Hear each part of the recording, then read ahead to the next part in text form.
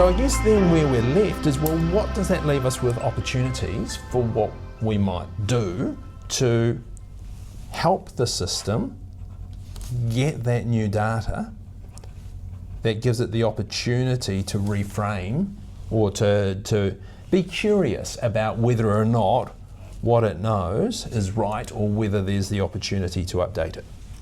Yeah, okay. Okay, and so, I mean, some of that you've started. So already it seems like, you know, that disk hypothesis has been relatively discounted. Yeah. Okay, you've tested things, you've also tested posture as well. Sorry, but that didn't seem to make much difference. As you've decreased the load, that hasn't really changed what you feel. As you take a medication for inflammation, it hasn't really fixed the problem.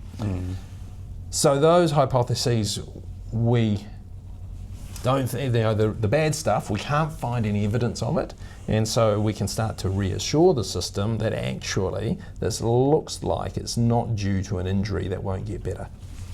Okay?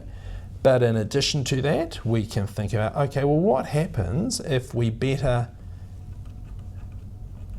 match your contractions to the demands? So those muscles are doing a better job of matching the performance demand, but not overcooking it to protect you from movement more than you need to be.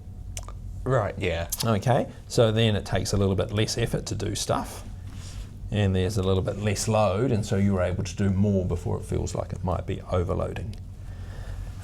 Certainly in your case, there seemed to be a reasonable amount of evidence that the nervous system was operating in a more sensitive way. And so particularly things like the fact that often when you did something, your pain was worse, like cycling after you cycled rather than whilst the load was there, and that pain persisted for a long time after the load went.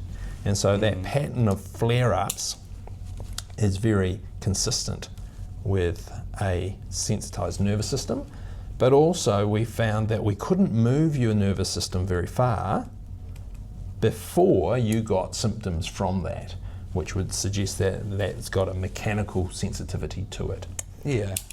And so if we think about from decreasing the sensitivity of the nervous system, well, these are things like, breathing can be a really good way of calming that down, but it might also be other relaxation techniques, might be meditative type practice, might be mindfulness.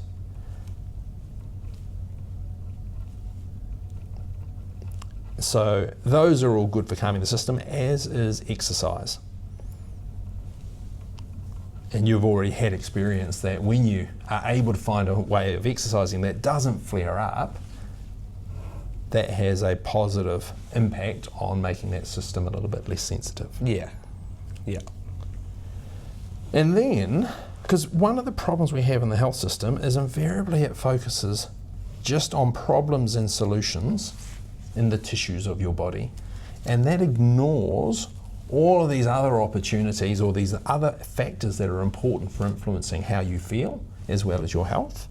And so it might often not solve the problem. So what it means though is that anything you can do that helps you to gain health, makes you feel better, increases your connection to those who you enjoy being with, increases your spiritual health, all of those things will make you feel better.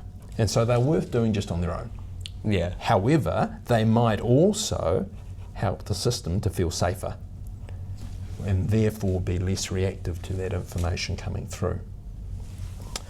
And then I guess it's worth us trying to think, well, how can we test to some of those other questions the system has about, is my back vulnerable?